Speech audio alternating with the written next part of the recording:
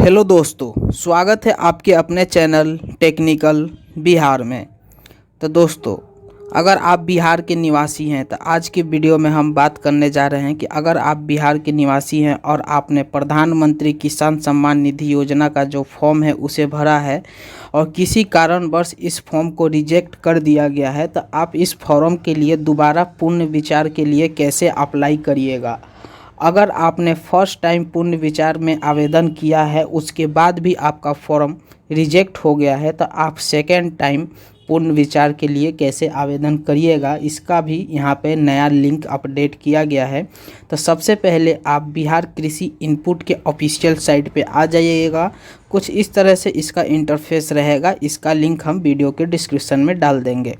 यहाँ पे आने के बाद आपको यहाँ पे एक लिंक दिखाई देगा। थोड़ा सा आप पेज को स्क्रॉल करिएगा तो यहाँ पे आपको प्रधानमंत्री किसान सम्मान निधि योजना का यहाँ पर लिंक दिखाई देगा और यहाँ से आप अगर फर्स्ट टाइम पुनः विचार करना चाहते हैं तो यहाँ से कर सकते हैं। सपोज डेट आपने आवेदन किया, आपका आवेदन रद्द हो गया है, तो फर्स्ट टाइम आप इस लिंक से अपना पुनः विचार कर सकते हैं। ये लिंक पहले भी था, लेकिन अभी जब आप पुनः विचार कर देते हैं उसके बाद भी आपका आवेदन रद्द हो जाता है, तो आप दोबारा पुनः विचार में डालने के लिए यहाँ पे नया लिंक जोड़ा गया है।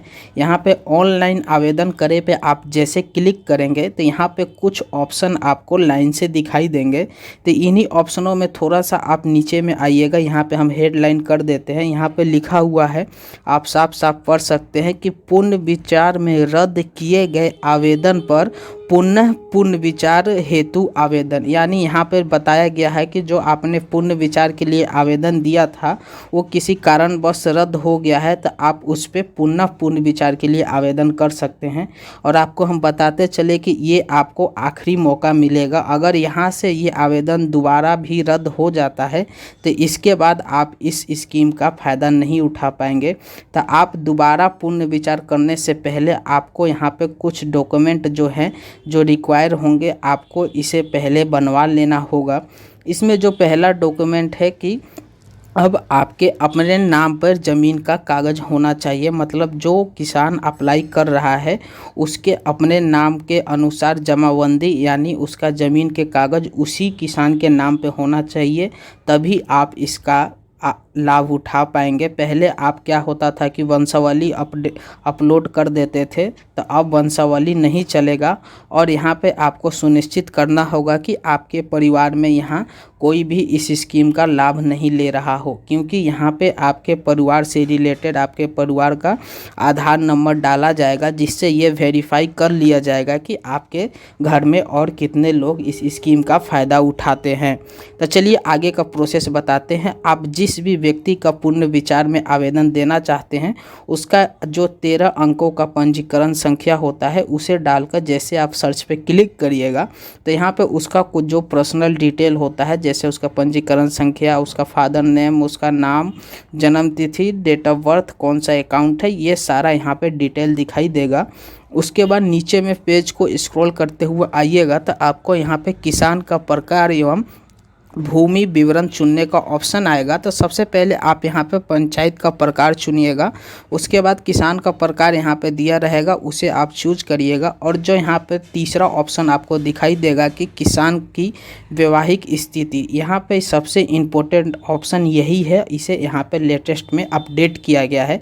अगर आप यहाँ पे अपनी वैवाहिक स्थिति में विवाहित चूज करते हैं या फिर अविवाहित चूज करते हैं, तो यहाँ पे आपको अगर विवाहित चूज करते हैं तो आपको अपने हस्बैंड या फिर अपने बच्चों का यहाँ पे आधार नंबर डालना होगा। सपोज डेट अगर आप अपने हस्बैंड का आधार नंबर डालते हैं, अगर वो इस स्कीम का लाभ लेते हैं तो आपका आवेदन यहाँ पे रद्द हो जाएगा। अगर आप अविवाहित सेलेक्ट करते हैं तो आपको अपने फादर और मदर यानी माता पिता का आधार नंबर डालना होगा। अगर आपके माता पिता इस स्कीम का लाभ लेते हैं तब भी आपका आवेदन को रद्द कर दिया जाएगा। जैसे आप यहाँ पे नीचे में आइएगा तो यहाँ पे आपको दिखाई देगा कि अगर आपने यहाँ पे सेलेक्ट किया है विवाहित, तो यहाँ पे आपका सदस्य का संबंध आपको चुनना होगा कि आपके यहाँ पे कौन कौन है, पति, पत्नी, पिता, माता। यहाँ पे जो भी आप सेलेक्ट करिएगा तो किसी एक ऑप्शन को हम यहाँ पे सेलेक्ट करते हैं। उसके बाद यहाँ पे आपको दूसरा ऑप्शन आएगा। यहाँ पे आपसे पूछेगा कि क्या ये जीवित हैं या मृत हो चुके हैं। तो यहाँ पे आपको जो भी हो उसे सिलेक्ट करिएगा। उसके बाद उस सदस्य का यहाँ पे आधार नंबर मांगा जाएगा, उस सदस्य का जो आधार नंबर पर नाम है वो मांगा जाएगा और उसका जो जन्म तिथि है ये मांगा जाएगा। ये तीनों डिटेल आपको देना अनिवार्य है। अगर आप ये तीनों डिटेल दे देते हैं तो वहाँ पे किसान पीएम किसान के साइट पे इसे वेरीफाई किया जाएगा कि इस आधार नंबर से पहले से ही कोई किसान रजिस्टर तो नहीं है। अगर आप पहले से रजिस्टर रहेंगे तो अगर आपका यहाँ पे रजिस्ट्रेशन रहेगा तो आपका आवेदन यहाँ पे रद्द कर दिया जाएगा।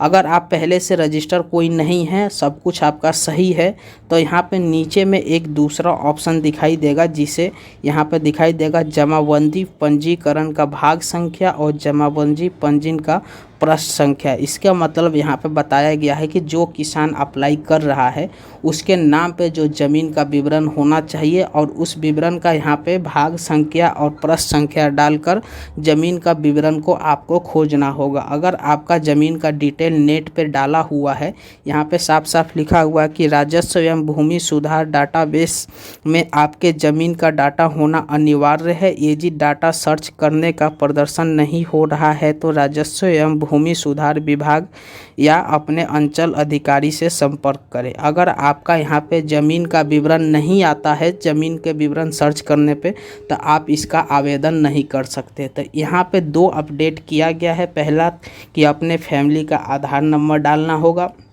और दूसरा आपके नाम पे ज़मीन का कागज़ होना चाहिए और वो भी जो ज़मीन का कागज़ है वो नेट पर डला होना चाहिए ताकि आप सर्च करें तो आपका डिटेल सामने आ जाए। उसके बाद ही आप अपने आवेदन को पुनः विचार में डाल सकते हैं या फिर दोबारा पुनः विचार हेतु आवेदन कर सकते हैं। तो ये सारा डॉक्यूमेंट आप तैयार कर लीजिएगा, उसके बाद ही पुनः विचार के लिए अप्लाई करिएगा, नहीं तो आपका आवेदन 100% रद्द हो जाएगा। अब इसमें पहले जैसे आप अपने दादा बाबा का वंशावली अपलोड नहीं कर सकते, इसीलिए आप अपने नाम पर ज़मीन का कागज़ हो तभी अपलोड करिएगा। तो चलिए दोस्तों, आज के वीडियो में इतना ही। उम्मीद करता हूँ वीडियो आपको अच्छा लगा हो। वीडियो अच्छा लगे चैनल को सब्सक्राइब करें, वीडियो को लाइक करें, ज़्यादा से ज़्यादा अपने दोस्तों में इस वीडियो को शेयर करें। तब तक के लिए जय हिंद।